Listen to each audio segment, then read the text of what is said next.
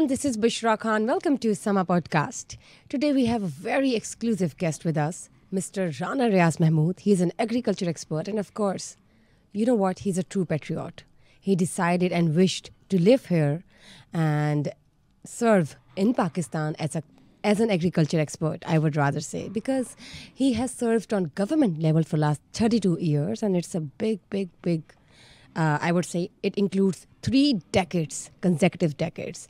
So when we talk about Pakistan, you see the crisis when you are already in the 21st century, the exports, the imports, and the basic needs, especially when we talk about food, rice, गंदम, आटा, जिसकी ज़रूरत हर किसी को है, हर घर में, जैसे कहते हैं रोटी कपड़ा मकान. So when we talk about the agriculture expertise of Mr. Rana Riaz Mahmood, I would like to ask him, what measures could be taken in Pakistan for the betterment of these basic needs as we see the population and the inflation are going side by side. So how can we maintain and balance up the both situations on either side? So let's talk to him and let's figure out that what could be done. अस्सलाम वालेकुम sir. जी वालेकुम सलाम. कैसे हैं sir आप? मैं ठीक हूँ.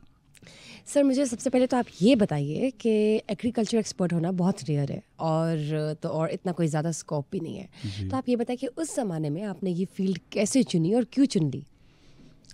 इसका एक बैकग्राउंड ये है कि मैं फार्मिंग फैमिली से खुद हूँ. बेसिकली ज़िम्मेदार हुए हैं हम लोग और ज़िम्मेदारा करना अच्छा लगा. इसकी एक ज़रूरत ये भी थी कि खुराक पैदा करते हैं हम इंसानों के लिए, जो कि बुनियादी ज़रूरत है जी. बाकी फील्ड जो है वो उसमें आप कमाते भी हैं, सर्विस भी करते हैं, लेकिन उसमें कौम को बहुत ज़्यादा किसी तरफ को फ़ायदा हो या ना हो, यहाँ ये है कि हम खुराक पैदा कर रहे हैं इंसानों के लिए. ये चीज़ मेरे और मेरे पेरेंट्स के ज़हन में थी. Then I choose agriculture university Faisalabad. That's great. And since you have served government on a government level for last 32 years, तो सर उसका सारा एक्सपीरियंस बताएं और टेन्योर बताएं कि आपने उसमें क्या क्या इक़दामात लिए अपने एरा में, क्या क्या आपने खामियां देखी पूरे के पूरे पाकिस्तान में, और सिंस लाहौर डिवीज़न आपके पास था तो उसमें आपने क्या क्या चेंजेस अपने दौरानिया लेकर आए? पहले आपके क्वेश्चन का सवाल का हिस्सा ये है कि शुरू से इस तरह से था कि एग्रीकल्चर प्रोग्राम आम तौर पे कम सुना जाता था.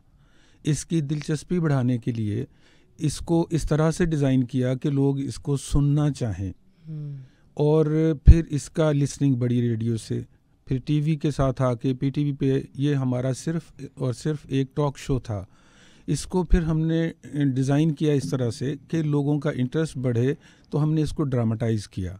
एक अमीर फैमिली है, उनकी लैंड होल्डिंग सेम है, एक गरीब फैमिली है, लैंड होल्डिंग सेम है. गरीब क्यों गरीब है, इसको बेस बना के इस पे ड्रामाटाइज़ किया और प्रोग्राम ने हाइप ली, एकदम से व्यूअरशिप बढ़ी. और कोशिश करते रहते हैं कुछ ना कुछ ऐसा तरीका अडॉप्ट किया जाए कि फार्मर सुने. और दूसरी बात ये भी होती है कि सुनने वाली चीज़ होगी तो कोई सुनेगा. अगर हम उनको कुछ डिलीवर करेंगे, कुछ बताएंगे, तो ही वो सुनेंगे.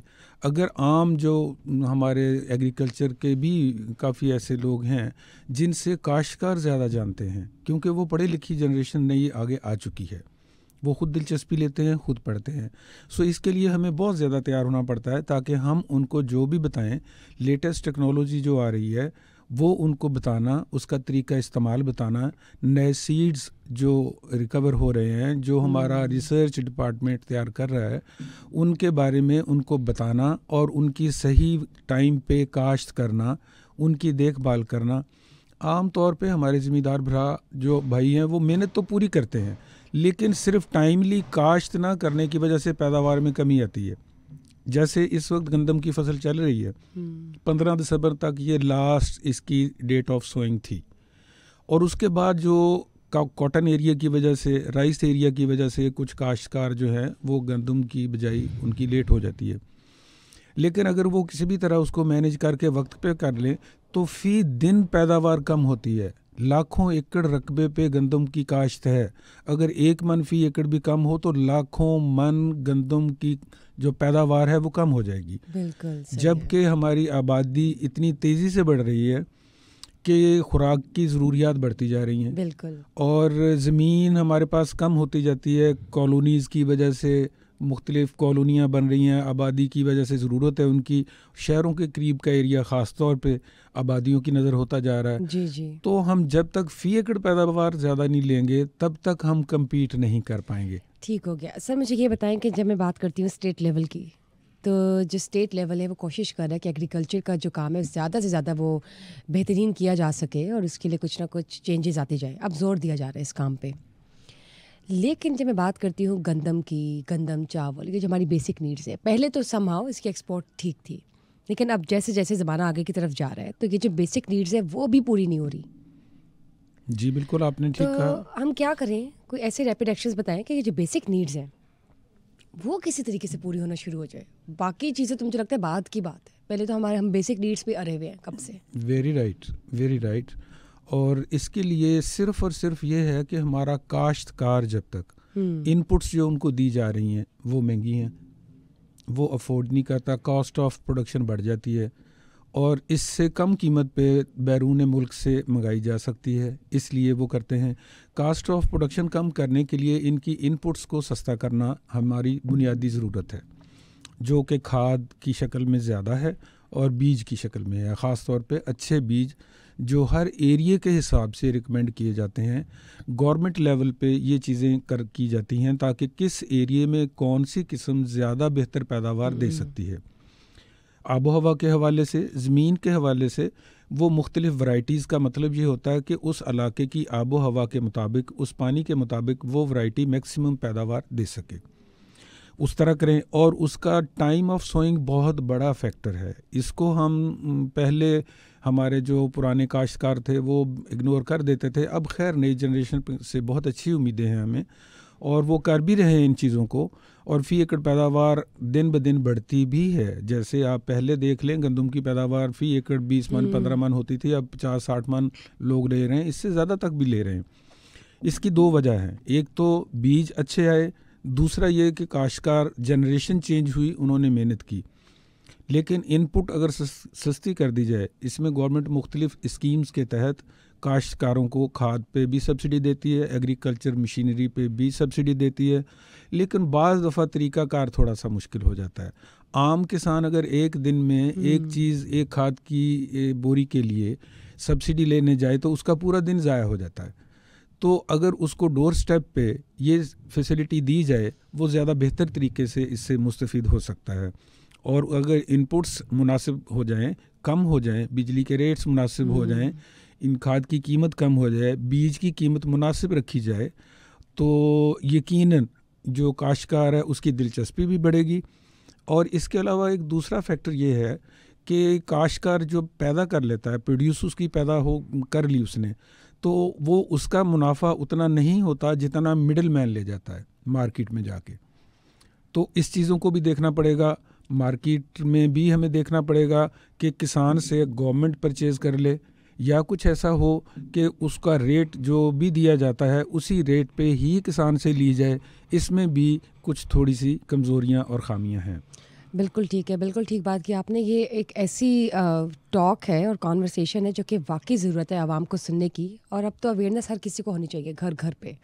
एग्रीकल्चर के बगैर तो मेरे ख्याल से गुजारा ही नहीं है, और हमारे पास वो बेसिक नीड्स नहीं होंगी तो हम करेंगे क्या। अब हर वक्त तो हम लोग इंपोर्ट पे डिपेंडेंट तो रह ही नहीं सकते। नहीं रह सकते। सर मुझे ये पता है, जब मैं बात करती हूँ किचन गार्डनिंग की, तो किचन गार्डनिंग की इम्पोर्टेंस बताएं, और अब के दौर में बताएं कि अब क्या ज़रूरत है, हमें करनी चाहिए या नहीं।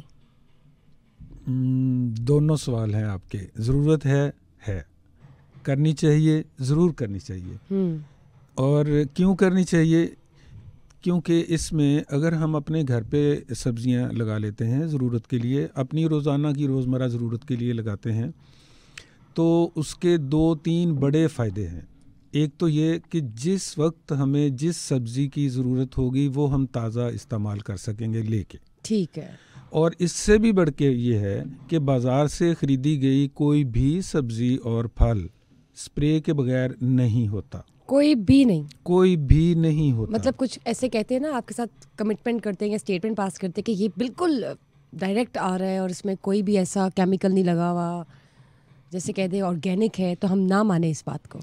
हाँ जी, ऑर्गेनिक जो कहेंगे, ऑर्गेनिक की प्रोड्यूस कम होती है, प्रोडक्शन थोड़ी होती है, बहुत कम होती है, बहुत महंगी पड़ती है। सिर्फ कहने की हद तक ठीक है, लेकिन अपने किचन गार्डन में आप कर सकते हैं, आपने फ़रोख्त तो करनी नहीं है। तो सर मुझे ये पता है, जब किचन गार्डन की बात होती है तो ठीक है, 100% में से अगर हम 25% आवाम देख लें तो वो शायद किचन गार्डनिंग करती हो और उनके पास इतनी स्पेस हो कि वो रखते हैं। जो सब्जियां फल घरों में उगाए जा सकते हैं, अगर तो ज़मीन कम है तो कैसे करें, और जिनके पास बिल्कुल ही नहीं है वो क्या करें? Good question. जिनके पास ज़मीन कम है वो उस हवाले से देखें, क्योंकि इन सब्जियों को, फलों को, जो भी फलदार फूलदार सब्जियां फल हैं, इनको धूप की अशद ज़रूरत होती है। हमारे पास जगह वो होनी चाहिए जहां सूरज की रोशनी ज़रूर आए, बेशक थोड़ी देर के लिए आए, एक चीज़। दूसरी चीज़ ये कि अगर थोड़ी जगह है उस पे हम ऐसे लगा सकते हैं, उसमें टमाटर लगा लिए, करेले लगा लिए, पालक। हाँ, पालक भी ज़्यादा फैल के हो जाती है। ये है, इनको रस्सी के साथ हम ऊपर ले जाते हैं, यानी कि थोड़ी जगह में ज़्यादा पौधे लगा के ऊपर को ले गए और इनका फल ऊपर लग जाएगा, और टमाटर भी इसी तरह हो जाएंगे, और इस तरह तार हो जाएगी। मूली भी लगाई जा सकती है? नहीं, मूली ज़मीन में लगेगी, लेकिन घर में लगाई जा सकती है, राइट? बिल्कुल लगाई जा सकती है अगर ज़मीन है। ज़मीन में, चूँकि ये ज़मीन के अंदर वाली सब्ज़ी है, जो ज़मीन के अंदर वाली सब्ज़ियाँ हैं जैसे मूली, गाजर, शलजम भी, शायद प्याज, और इसमें चुकंदर हैं, ये सारी ज़मीन के अंदर वाली सब्ज़ियाँ हैं। इनके लिए ज़मीन का होना ज़रूरी है। अगर नहीं है तो हम फिर भी इसको लगा सकते हैं, यानी कि बड़े प्लांटर मिल जाते हैं नर्सरियों से, बड़े। हमें अगर बहुत ही सस्ते पे जाएं तो फ्रूट के जो खाली पेटियां होती हैं फलों की, उनमें भी लगा सकते हैं। कि इसमें हम मिट्टी को भर के उसके अंदर हम उसको एक अंडरग्राउंड प्रोसेस बना सकते हैं, और ये छत के ऊपर रख लें। आर्टिफिशियल होता है लेकिन होता ऑलमोस्ट ऑर्गेनिक ही है। ऑर्गेनिक होता है। और इसमें हम अगर फ़र्ज़ करें हम इसको देसी खाद इस्तेमाल करते हैं, और इसमें बाज़ार से, नर्सरियों से भी मिल जाती है, वो लगाएं, और इसमें खाद का इस्तेमाल ना करें या कम कर लें, और पेस्टिसाइड बिल्कुल इस्तेमाल ना करें। तो ये थोड़े से तो घर में प्लांट होते हैं, इनकी अगर रोज़ाना निगहदाश्त की जाए तो पता चल जाता है कि कौन सा पेस्ट इस पे अटैक कर रहा है। अगर अटैक कर रहा है तो उसको हाथों से, अपने जो भी आपके घर में कोई काम करने वाले हैं, बल्कि मैं तो खुद शौक से करता हूँ, देखता हूँ उनको और ख़ुद हाथों से उनको ख़त्म कर देते हैं। ठीक है, तो सर मुझे ये बताया कि फॉर एग्जाम्पल आपने कहा कि हम उन प्लांटर्स को यूज़ किया जा सकता है, वो जो प्लांटर्स होते हैं।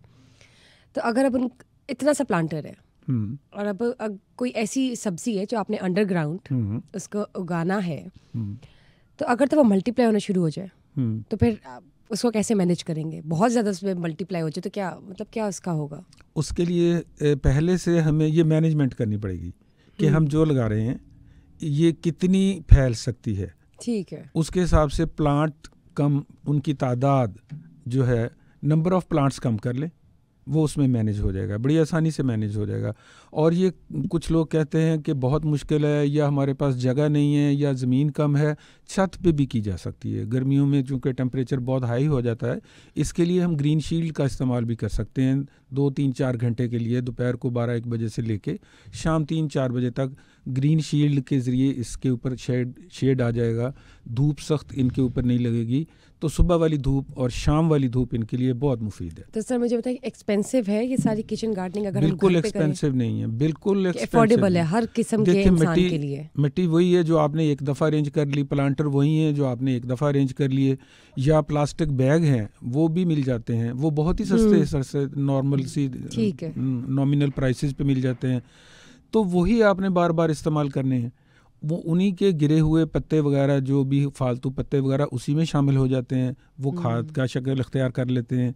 वैसे भी घरों में अगर आप एक अलग थोड़ी सी जगह बना लें, जितना फ्रूट सब्जी उसका वेस्ट है वो उसमें डंप करते जाएं, 3-4 माह बाद वो ऑर्गेनिक फर्टिलाइज़र तैयार हो चुकी होती है, आपके घर की जो आप किचन गार्डनिंग करते हैं उनके लिए बेहतरीन खाद की शक्ल इख्तियार कर चुकी होती है। तो हम उसको यूज़ कर सकते हैं एज अ टूल, ताकि वो जैसे कैटलिस्ट होता है, जैसे उसको ग्रोथ के लिए, राइट? के लिए। तो सर मुझे ये बताइए, आपने बात की कि जो हम फल सब्जी ऑलरेडी खा पी रहे हैं उसका जो सारा वेस्ट मटेरियल है, उसके छिलके आ जाएंगे इसमें, इसके सीड्स आ जाएंगे, उसकी वेस्टेज जो भी वेस्ट है उस उसकी, फल और सब्जी का जो भी वेस्ट है ऑल टुगेदर जी सब उसको तो डंप उसको कर दें। हम इकट्ठा करते जाएं और इन दी एंड वो सूख जाएगा या क्या होगा? नहीं, एक जगह पे इसको घड़ा छोटा सा बना के डंप कर दें और बंद कर दें ऊपर से।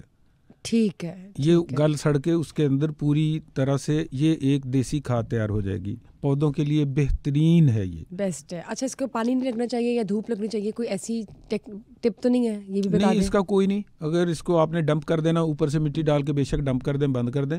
मतलब आप कह रहे हैं इसको हम जैसे बारिशों का पानी भी अगर इसमें चला जाए तो कोई बात नहीं, कोई फर्क नहीं पड़ेगा। और 3-4 महीने के पीरियड के बाद पूरी तरह से डिके होने चाहिए। All right, I get it. ठीक हो गया, thank you for telling this. Sir मुझे ये बताएं, जब मैं बात करती हूँ फल सब्जियों की, अब हर कोई तो एक्सपर्ट नहीं है कि घर पे वो सही तरीके से फल या सब्जी को ग्रो कर ले या उगा ले। तो ऐसे में अगर जल जाती है फल या सब्जी तो उसके लिए क्या करना चाहिए? शेल एनीबडी और शेल वी यूज स्प्रे और नॉट? नहीं, उसमें एग्रीकल्चर डिपार्टमेंट जो है उनकी सर्विसेज ली जा सकती है। वो उनसे रब्ता करके उनके पास या तो वो जो ख़राब हो गया है पौधा वो ले जाएं, वो बता देंगे, या उनका विजिट करवा लें अपने किचन गार्डन में। तो सब वो जेन्युइनली आपको बताते हैं टीम? वो बिल्कुल अच्छी तरह से, पूरी तरह से आपके किचन गार्डन को एग्जामिन करेंगे। अगर उसके ऊपर कोई भी जहर इस्तेमाल करना है वो बिल्कुल वो आपको उसकी प्रेस्क्राइब करके देंगे। लेकिन इसको ख़रीदते वक्त ये ज़हन में रखना है कि किसी अच्छी मुस्तनद दुकान या डीलर से लिया जाए। ठीक हो गया। तो सर मुझे ये बताएं कि ये अगर हम स्प्रेज या केमिकल्स यूज़ करते हैं तो उससे मतलब इफेक्टिवनेस तो ख़त्म होगी ना ऑर्गेनिक सब्जी की, तो उसका क्या हल है फिर?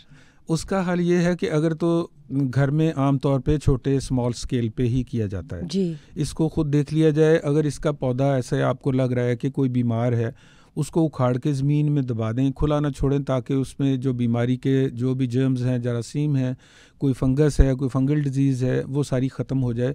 इसको ज़मीन में दबा दें। और अगर कोई सुंडी है, किसी किस्म का कीड़ा अटैक कर रहा है, तो उसकी मुख्तलिफ अलामात होती हैं।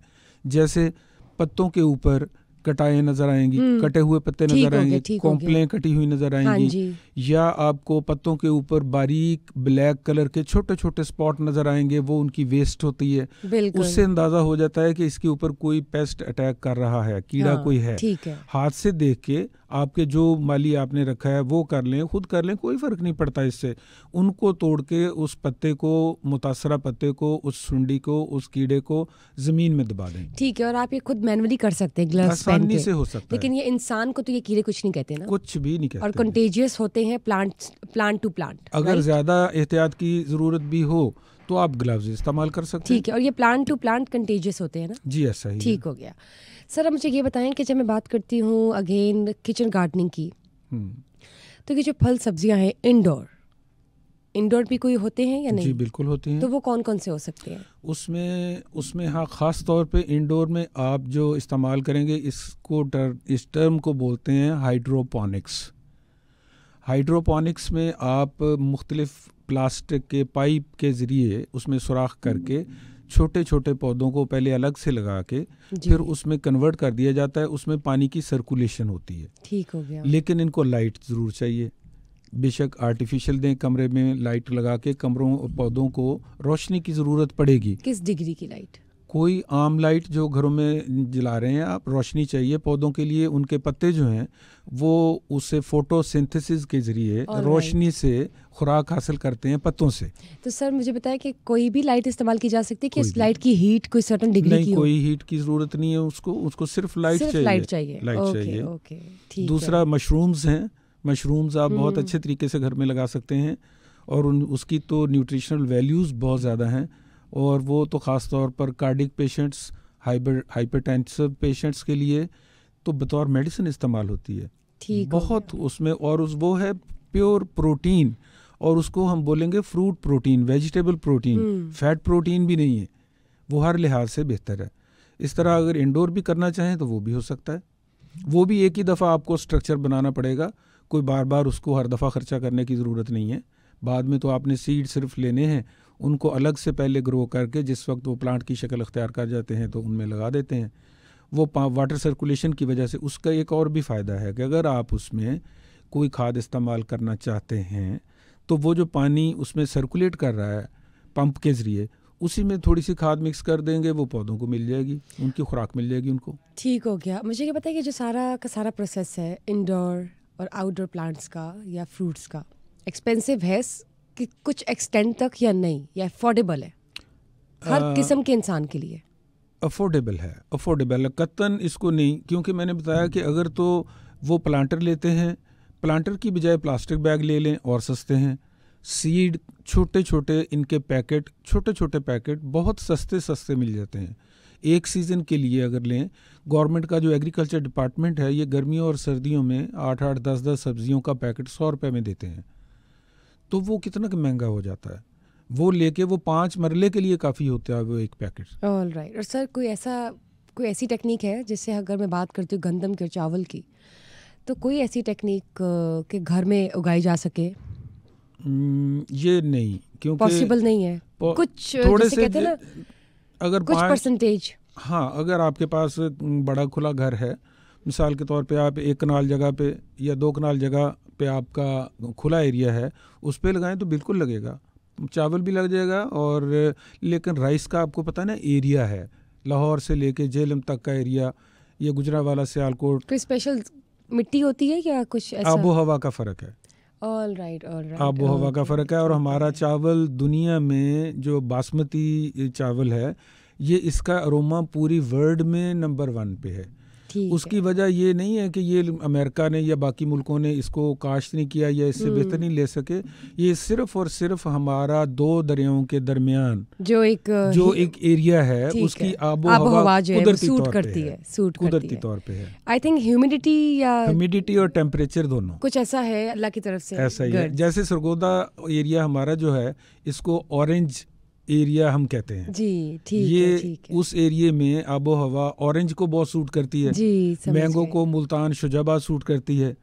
इस तरह आबो हवा के लिहाज से ये होता है। बिल्कुल ठीक है। सर मुझे ये बताएं, हमारा पाकिस्तान ऑलरेडी इतना रिच है रिसोर्सेज में, लेकिन आप देखें आप कैसे किल्लत हर तरफ छा गई है कि बेसिक नीड्स भी पूरी नहीं हो रही। तो आप सर्टन लेवल पर, गवर्नमेंट लेवल पर और प्राइवेट लेवल पर भी क्या मशवरा देते हैं कि किस तरह से हम अपनी बेसिक नीड्स को पूरा करें 21वीं सदी में हम? लेकिन आप देखें कि गंदम चावल, ये जो आटा है, इसके लिए हर किसी के मतलब जैसे कहते हैं ना हाथ खड़े हैं कि everyone is need of it. इसका जवाब थोड़ा कड़वा सा है।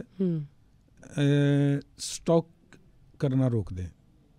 हमारे पास हर चीज़ वाफर मिकदार में मौजूद है। ठीक है। स्टॉकिस्ट जो है वो ज़्यादा बेनिफिट ले जाता है। मंडी में ख़ास तौर पे जो आड़त वाला है वो ज़्यादा प्रॉफिट ले जाता है, और जो कंज्यूमर है ultimately he will have to suffer, उसके लिए मुश्किल बनती है। ठीक है। अब देखें ना, जैसे रमज़ान आ रहा है और आपको पता है आपने लाहौर डिवीजन में ही एग्रीकल्चर एक्सपर्ट की तरह सर्विस की है, प्राइस कंट्रोल मजिस्ट्रेट भी रह चुका हूँ जी। तो मुझे ये बताएं कि अभी मिस मरियम जो है वो भी एज अ CM सर्व करेंगी और काफ़ी कंट्रोल्ड मेजर्स ले रही हैं।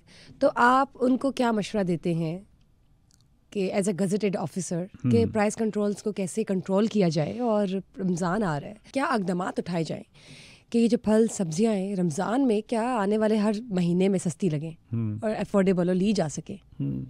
जैसे सस्ते बाज़ार अब पहले सिर्फ रमज़ान में लगते थे जी, अब तकरीबन पूरा साल गवर्नमेंट लगाती है। उनमें कंट्रोल जो रेट होता है गवर्नमेंट का, उसी के ऊपर आप फल सब्ज़ी ख़रीद लेते हैं। नो डाउट फिर भी ये जो बेचने वाले लोग हैं ये अपना प्रॉफिट तो ज़ाहिर नहीं छोड़ते, ये फिर उसका स्टैंडर्ड थोड़ा लो कर देते हैं जी। अगर रेट कम होगा तो वो स्टैंडर्ड थोड़ा कम हो जाएगा, लेकिन चलें, गरीब आदमी है जिसके पास पैसे कम है उसे चीज़ तो मिलेगी। ये जो है ख़ास तौर पे रमज़ान में अब ड्यूटियां लगनी शुरू हो गई हैं लोगों की, ये रमज़ान बाज़ार लगते हैं, इनके ऊपर अगर पूरी तवज्जो दी जाए, डिस्ट्रिक्ट एडमिनिस्ट्रेशन पूरी तवज्जो दी जाए तो बहुत हद तक कंट्रोल किया जा सकता है। ये मैं कर चुका हूँ, मैं इसलिए बता रहा हूँ। और ये हो भी सकता है, बिल्कुल हो सकता है। एवरीथिंग इज मतलब पॉसिबल और कुड बी कंट्रोल्ड। बिल्कुल हो सकता है। This is what we are trying to share with the audience as well, and of course we would like कि हमारा जो मैसेज है वो डायरेक्ट उन कंसर्न्ड अथॉरिटीज़ को भी जाए जिन्होंने अब रैपिड एक्शंस लेने हैं जी। इसीलिए और कोशिश करके जो सस्ते बाज़ार लगाए जाएं उनका क्वालिटी ज़रूर चेक करें, ठीक है, ताकि बेहतर क्वालिटी भी हमारे उन लोगों को मिले जो ज़्यादा अफोर्ड नहीं करते, क्योंकि उनके किचन का मसला है, किचन चलता रहे। और चीज़ें उनको मिलती रहें, इसके लिए थोड़ा सा गवर्नमेंट को स्ट्रिक्ट मेजर्स लेना पड़ेंगे। मुझे ये बताएं, घरों में उगने वाली सब्जियां तो चले ऑर्गेनिक है, लेकिन बाहर से जो आती है वो इनऑर्गेनिक है। तो जो इनऑर्गेनिक सब्जियां हम रोज ही खाते हैं, आदत से मजबूर, हमारे पास तो कोई किचन गार्डनिंग किसी के पास भी नहीं, आई थिंक 20% होगी आवाम। तो कितना फ़र्क होता है एक इनऑर्गेनिक सब्जी और फल में, और हम उसको किस तरह से बेहतर कर सकते हैं इस्तेमाल से पहले? ये वेरी गुड क्वेश्चन, आपका बहुत अच्छा सवाल है, और ये हम सबको करना चाहिए। बिल्कुल, जो भी हम सब्जी या फल बाजार से लेके आए उसको खुले पानी के साथ अच्छी तरह से वॉश करें, 2-3 दफ़ा 4 दफ़ा उसको अच्छी तरह से वॉश करें। ऑलराइट। और दूसरी बात ये कि उसको डिप करके छोड़ दें 15-20 मिनट के लिए।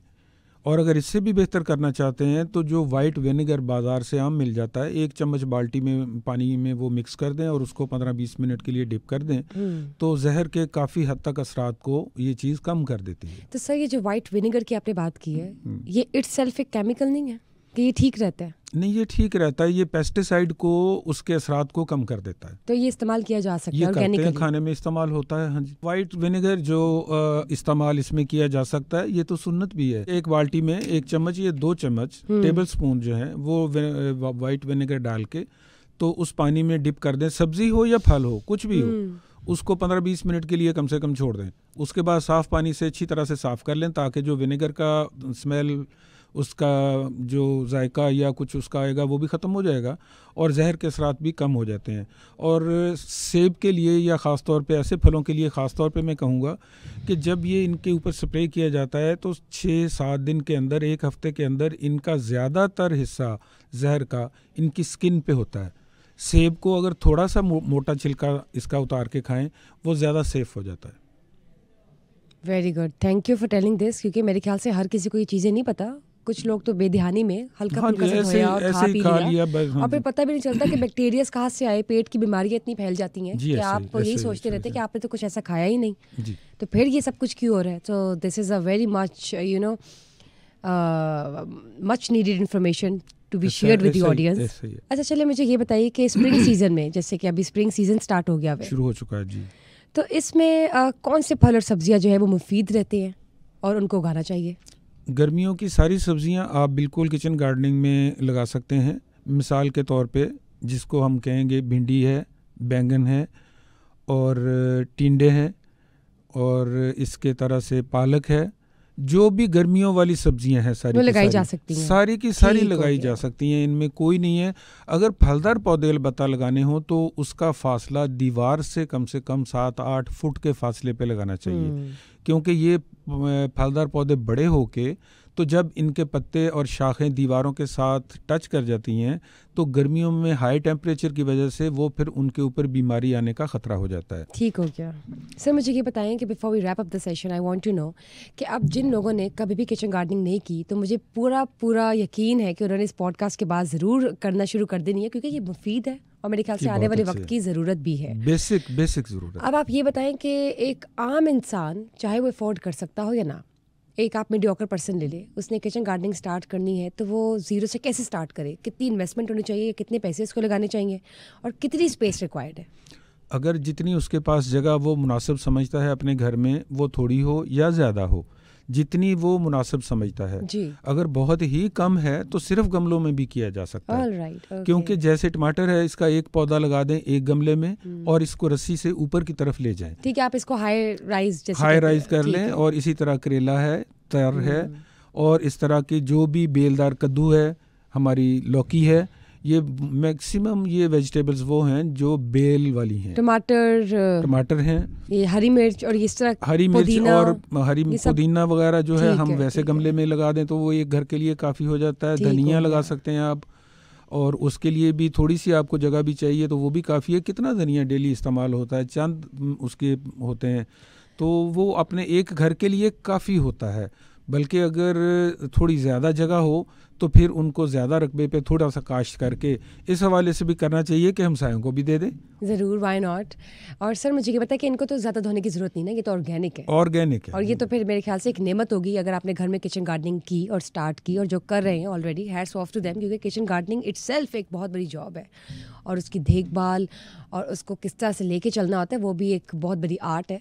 एक और चीज़ बताऊं मैं, एक जो लेडीज़ का एक इशू है कि आज क्या पकाएं, हाँ जी, ये सोचने के लिए किचन गार्डन में चली जाए, बिल्कुल, जो चीज़ आपको ओके लगती है वहाँ से लें और ताज़ा पकाएं। और जो आपको देख के ज़्यादा आपका दिल, कहते हैं ना जैसे कि दिल ललचाए कि आज ये बना लेनी चाहिए आज, तो वहाँ से लें और पकाएं। तो वो तो इट्स अ इजी, मेरे ख्याल से इजी पीजी जॉब, टेंशन भी नहीं होगी और जो और ताज़ा सब्जी मिलेगी और बगैर पेस्टिसाइड के, बगैर किसी केमिकल के। बिल्कुल, सिर्फ हल्का सा आपने धोया और आपने यू डाला और आप देखिए इसका टेस्ट कितना डिफरेंट होगा। टेस्ट का यकीनन फ़र्क होगा। जिन्होंने पहले कभी किचन गार्डनिंग नहीं की वो ट्रायल बेसिस पे भी करके देखेंगे। अगर ख़ास तौर पे जो ज़मीन के अंदर हैं जो सब्जियां, मिसाल के तौर पे गाजर है, मूली, शलजम है और चुकंदर है, आप टेस्ट कंपेयर करेंगे आपको पता चल जाएगा कि जहर वाली और बग़ैर जहर वाली जो सब्ज़ी हम खाते हैं इसके जायके में कितना फ़र्क है। यहाँ मैं एक बात आपको बता दूं कि कुछ सब्ज़ियाँ ऐसी हैं जैसे पालक है, इसके ऊपर हर तीसरे दिन स्प्रे करते हैं वो, इसके ऊपर इतना पेस्ट अटैक आता है कि हर थर्ड जो डे होता है तीसरे दिन स्प्रे करते हैं और स्प्रे करने के बाद वो फ़ौरन मंडी में ले आते हैं। जहर का असर अभी ख़त्म भी नहीं हुआ होता। ये हाल है, लेकिन देखिए क्या करें, मजबूरी है अब। तो इसी तरह बीमारियां बढ़ती हैं फिर। बिल्कुल बिल्कुल, नहीं उम्मीद है कि आने वाले वक्त में जो किचन गार्डनिंग वैसे हमारे वक्त की अहम ज़रूरत है, बहुत ज़रूरत है मेरे ख्याल से। अब ये जो ज़माना चल रहा है इसमें सबको अपने अपनी एक किचन गार्डनिंग करनी चाहिए ताकि आप डिपेंडेंट ही ना हो बाहर की फल और सब्जियों पे, हो तो बहुत ही मोस्ट फ्यू परसेंटेज। सर एक और चीज़ मुझे बताते चलें आप कि अगर तो लोग थ्रू आउट बाहर के फल सब्जी खा रहे हैं तो वो तो जहर वाली, केमिकल्स वाली है, लेकिन उसके साथ साथ उनको अपनी डाइट पे ऐसी क्या चीज़ शामिल करनी चाहिए कि वो मिनिमाइज़ रहे, वो जो केमिकल है। केमिकल को मिनिमाइज़ करने के लिए मैंने बता दिया कि उसको जो भी आपने इस्तेमाल करना है, फल या सब्ज़ी, उसको खाने से पहले अच्छी तरह से साफ़ कर लें, तो जब आपके पेट में चली गई फिर तो वो अपना असर दिखाएगी। बिल्कुल बिल्कुल ठीक, थैंक यू सर। मुझे तो लगता है कि आज जो हमने बातें कर ली हैं किचन गार्डनिंग की वो बहुत ज़्यादा ज़रूरत, उनमें इतनी अहमियत थी कि मैं बयान नहीं कर सकती, लेकिन आई नो कि the audience would have loved the conversation regarding kitchen gardening as you because you know we had agriculture expert with us, so why not. Thank you sir for being here, for taking out your precious time today, and thank you guys for watching us today. Do not forget to share, like and subscribe Sama Podcast. Bye bye. Thank you.